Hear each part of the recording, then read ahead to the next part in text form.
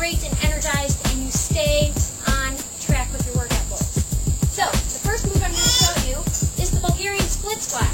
But in order to get more out of this move, I'm going to be doing 1.5 reps per leg. So what that looks like is, I'm going to stand in front of a bench or step, take a step forward as if I'm going to go into a lunge, but elevate my back foot, readjust my posture, so that my posture is straight up and down.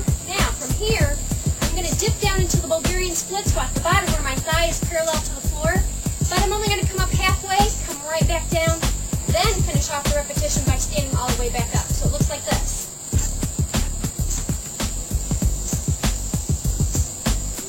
Making sure your core is tight, back is straight. So what you want to do is 8 repetitions on each leg. That's 8 1.5 repetitions on each leg. And you would just readjust, get that other leg in. That's 1 repetition. Alright, you're really going to feel that in your quads and your glutes. So the next exercise I'm going to show you is the push-up. Push-ups are fabulous for you to do for your workouts, and they are a total body exercise when you do them properly. You want to do a push-up with me? Can you do a push-up? Yeah. Eating a leaf. Push-up position. Wrists are under your shoulders. Body forms a straight line from head to toe. Make sure your hips are not too high or too low. And then you're going to lead with your chest, lower into that push-up. Come all the way back up. Core is tight. Think about keeping your quads and your glutes straight, tight as well. And you want to make sure your elbows stay back at a 45-degree angle. There is no 90-degree angle when no flared out elbows. If you can't do a push-up flat onto the mat, you're going to get more out of your push-ups if you perform them at an incline. So just go up to a higher counter or bench. Same thing. Lead with your chest. Do not crane your neck forward. This is not a push-up. Your body stays nice and straight. Your neck stays in line with your spine, so there should be no movement of the neck. Alright, so you've got that. Push-ups. You want to try to perform 8 to 10 push-ups per set. And then, another great way to get your core is what I call the plank row. You're going to get in that push-up plank position again. This time you're going to hold your body nice and straight, and you're going to pick up. You're going to take your feet a little bit wider for balance. One arm at a time. Pull your elbow back to your side, to the side of your chest.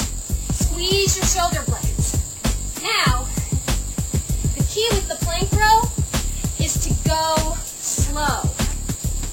I used to call it, there's another way you could do these, I call them hot hands. That's one variation. But if you really want to get your core involved and your back involved, nice and slow. And think about everything is tight in your body so that your body maintains that straight line. You don't want to go like that, no twisting, because then you're not working your core, you're not working your back. So nice and slow with the plank roll. Plank row. 8 to 10 repetitions on each side.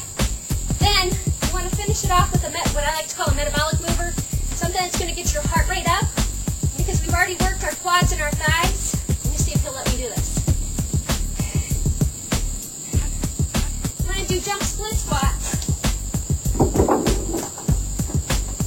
So it's like a jumping lunge, but you have a pause in the middle. So you come down into that beginning stage, pause in the middle, jump down. Nice and explosive. Once again, 8 to 10 repetitions on each side. Get your heart rate up, the lowest sweat feels comfortable for you. As you can see, get your heart rate up. And that's only one time you're showing a demonstration, talking at the same time. 4 moves. Repeat that 3 to 4 times in a row. You are done in 15 minutes or less with a weekend workout.